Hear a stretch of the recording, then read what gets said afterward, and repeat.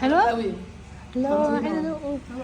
احب اقول لك ان انت ما اكلتش اكل صيني في حياتك قبل كده لو ما روحتش المكان ده. انيو، لا ثواني، احنا رايحين مطعم صيني. تاجاهاو. المطعم دوت يمكن اول مطعم باربيكيو صيني يفتح في مصر، اسمه ووكاو باربيكيو. وزي ما عودتكم ده مش اعلان، انا جاي اقول رايي بصراحه عن المكان ده انا شفته وعديت عليه من فتره كبيره، بس دي اول مره اخشه. وتعالوا اوريكم الاجواء جوه عامله ازاي. مبدئيا هو المطعم قعدته حلوه قوي، الاوت دور والاندور كمان. تخصصه في الباربيكيو بس بيقدم اطباق متنوعه تانية. ده المنيو، وبجد الحاجات اللي فيه كان شكلها شهي قوي وما كناش عارفين نختار ايه بالظبط، مع العلم ان هم بيدونا التابلت الكيوت قوي دوت علشان نختار منه ونطلب من عليه. والصراحه الاستاف كان فريندلي جدا وساعدونا كتير علشان نعمل الاوردر ده، غير ان الاونر صيني وكان دايما بيتشيك علينا ويشوف الاكل اخباره ايه بالعربي. طلبنا اللام سكيورز، ودي انا عارفه ان هي مشهوره جدا عند الصينيين وكنت حابه ان انا اجربها جدا. اول ما اكلتها كان الموضوع غريب شويه، مش شبه خالص اي باربيكيو عندنا هنا في مصر، بس بجد بعد لما اكلت قطمه والتانيه طعمها كان تحفه وعجبتني جدا. وكمان طلبنا الباربيكيو بريد، وده بيبقى عيش مشوي وعليه بهارات صينيه من فوق. انا كنت فاكره الصراحه محشي حاجه من جوه، بس طلع كله بريد وعجين. بس العيش بالقرمشه بتاعته بالبهارات اللي عليه كانت حاجه من عالم تاني. بجد كان طعمه حلو قوي غير ما توقعت تماما، وهايلي ريكومندد، لازم تطلبوه لما تروحوا هناك. البيف نودلز دي بقى كانت حلوه جدا، وكان البورشن بتاعها كبير قوي لدرجه ان شخص واحد ياكلها، فاحنا قسمناها على بعض حرفيا. طعمها كان حلو قوي وريتش، والسوب كان طعمها تحفه، والاضافات اللي حاطينها عليها حلوه جدا. ده غير ان النودلز ذات نفسها كانت سميكه وكان طعمها حلو. نيجي للطبق القنبله ومفاجاه الفيديو، اي مطعم صيني عنده دمبلينجز، بس مش اي حد بيعرف يظبطها كده. بجد البيف ستيم دمبلينجز عندهم تحفه تحفه